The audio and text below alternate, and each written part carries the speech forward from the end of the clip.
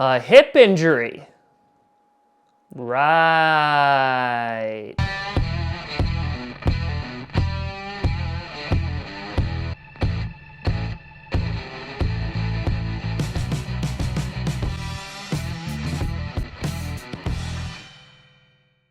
Grossi Posse Packer Nation, welcome to an episode of Packcast, the podcast where you don't have to be a Packers fan, but it sure does help. I'm your host, Tom frackin' ouch my hip Grossi, and today we are gonna attempt to explain the Chicago Bears and their 2019 collapse, because I feel like we're at that point where we can accurately label them a collapsing team, like a star collapsing in on itself to form a black hole. Yep, that's essentially what's happening right now, so buckle up, Buttercup. But before we get to that, I want to shout out a brand new Patreon, and that is Stop Pajama Time, who has joined the Matt Flynn for the Win tier, and he or she will be featured in the credits of Packcast.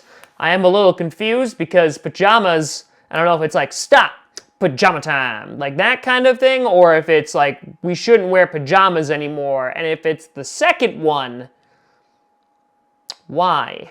But a big shout and thank you to you, Mr. or Mrs. Stop Pajama Time.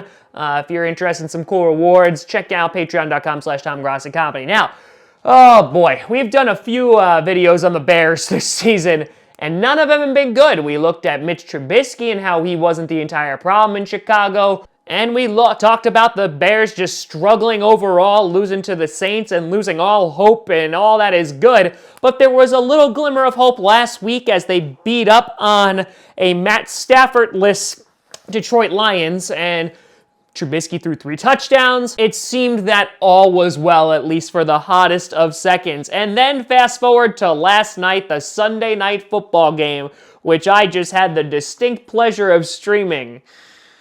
Oh, God. Even when the Bears lose, they find some way to screw me over by making me watch that game. Yeah, losing to the LA Rams 17-7, a game in which neither team looked like they wanted to be there or wanted to win. And while a lot of this video is going to focus obviously on the Bears and Mitch Trubisky and Nagy, Jared Goff is also terrible. He's been god-awful this season. I mean, abysmal. Now, Sean McVay also hasn't utilized Todd Gurley, hasn't utilized a running game. Gurley was at least a little bit more involved last night, but yeah, Goff, ugly.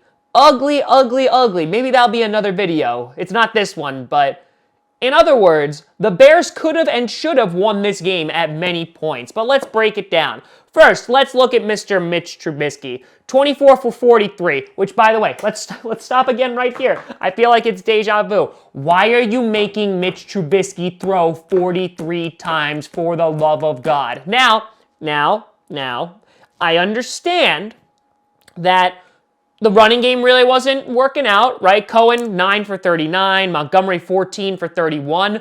There wasn't a lot going on. I understand that. But Cohen at least was a little bit better in the passing game, 5 for 35 with a touchdown.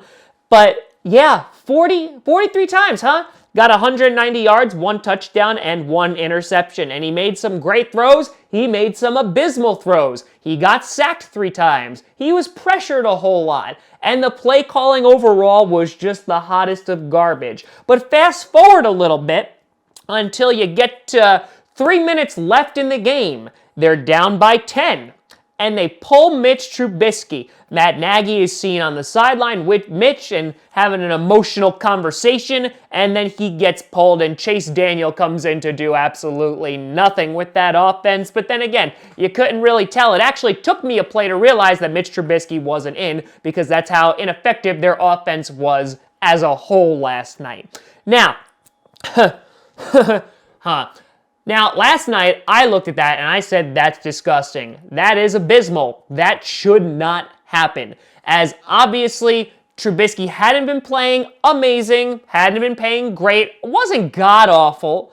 And the fact that you pulled him 3 minutes before the game was about to be over in a game that you still could be competitive in didn't sit right with me.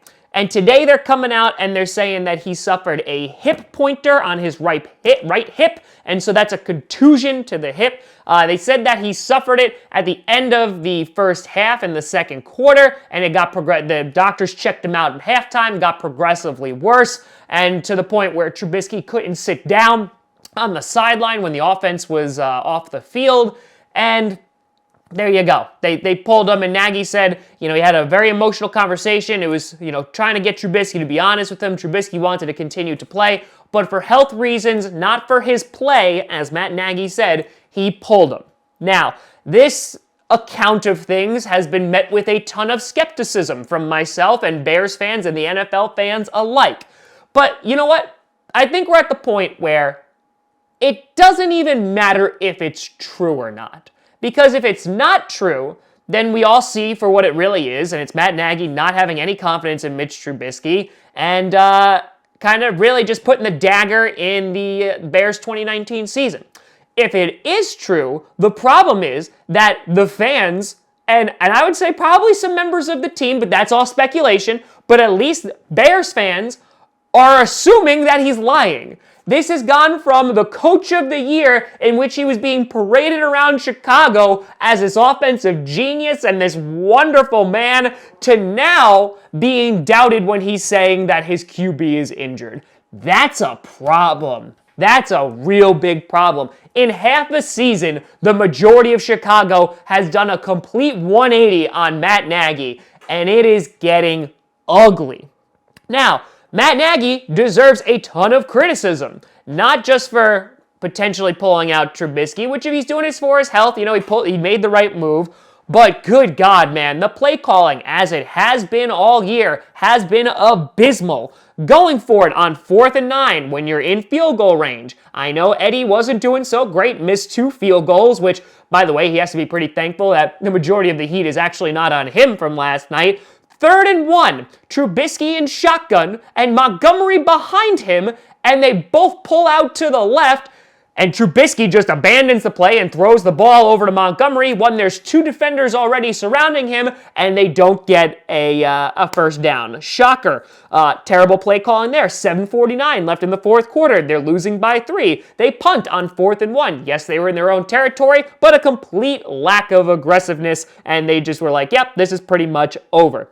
Now, in addition, the offensive line didn't do Trubisky like it has hasn't for the majority of the season, hasn't done him any favors. They've been pretty terrible. And the Rams defense, you have to give them credit, played well last night. Their offense, different story, but their defense did play well. Their secondary played well. They batted balls away. But the receivers for the Bears also sucked a whole lot. How many drop balls did you have to see last night to go, yeah, this is bad? This is really bad. So once again, this is not all on Trubisky. Trubisky was mediocre, right? It was fine, but he made some good throws, but then made some terrible reads and some terrible throws.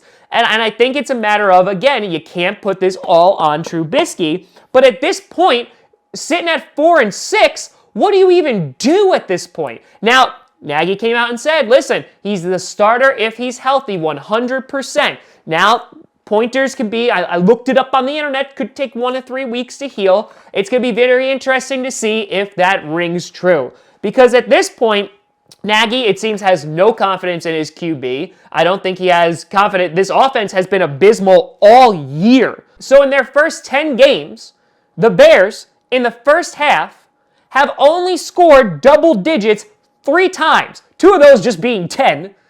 And then 3 of those other times, they've been shut out. So that means that the other times they have just scored single-digit points in the first half. That's terrible.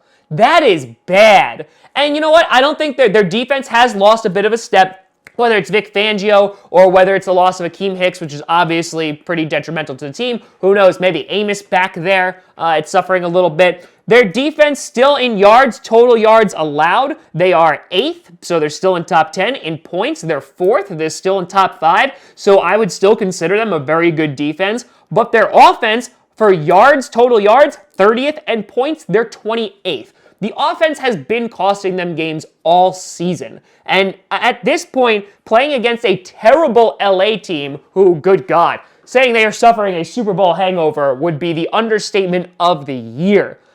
This is abysmal if you're the Bears. Going from a 12-4 team who just missed out on the divisional round because of a double doink to now you're not going to make the playoffs. You're definitely not going to win the division, and it's ugly. It is getting real ugly. I know you're playing the Giants next week, so you'll be able to potentially rebound, but last night you called 74 plays on offense, got 267 yards, and it was 3.6 yards per play. Not per carry, per play.